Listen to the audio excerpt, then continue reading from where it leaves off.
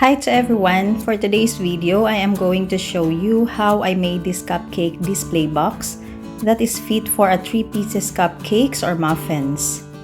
This tutorial is made for TD Morgan as she is requesting for a 3-piece cupcake box.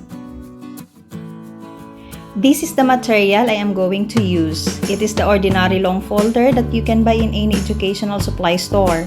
But of course, you can use any kind of box material like craft paper or box board if you have. And the size of the material you need for a 9 by 3.5 by 3 inches cupcake box is 15 by 14 inches. For those who are new to my channel, welcome.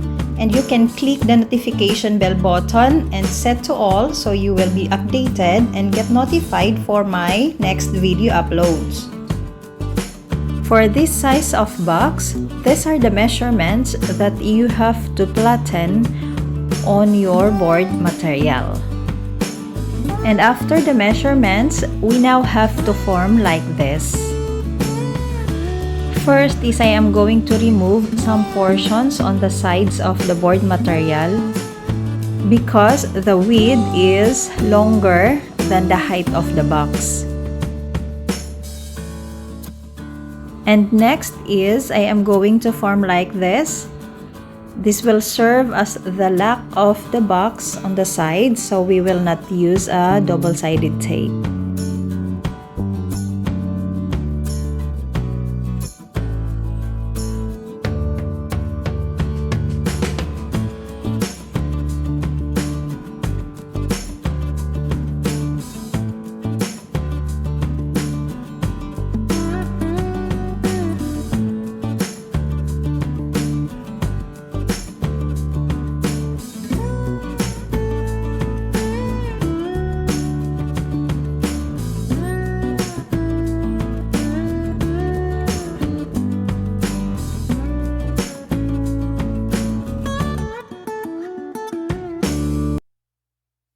Then we will put the window, and this window is from half of the back side and also half of the top cover.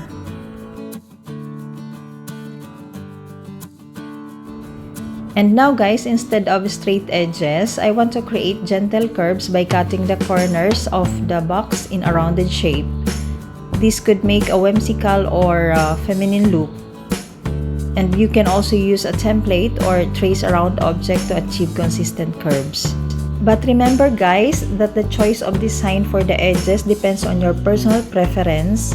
You can also consider experimenting with different ideas or combining different edge designs or incorporating other decorative elements to make the box truly unique and visually appealing. And now I am cutting on the sides of the box, so I can insert the lock, and then I'm also cutting the window.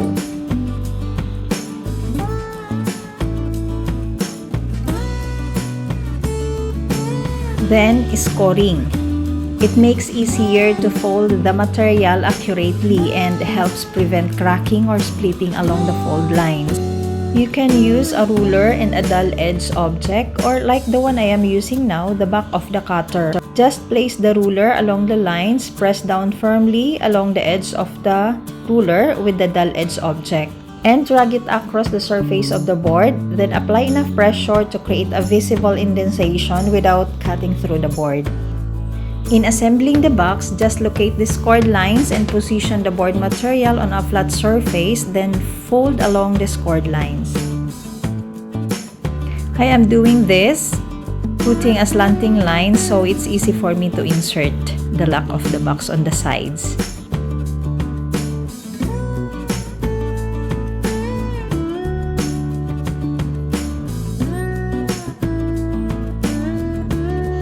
Then in front of the box, just create a 2 V shapes so you can lock the front of the box.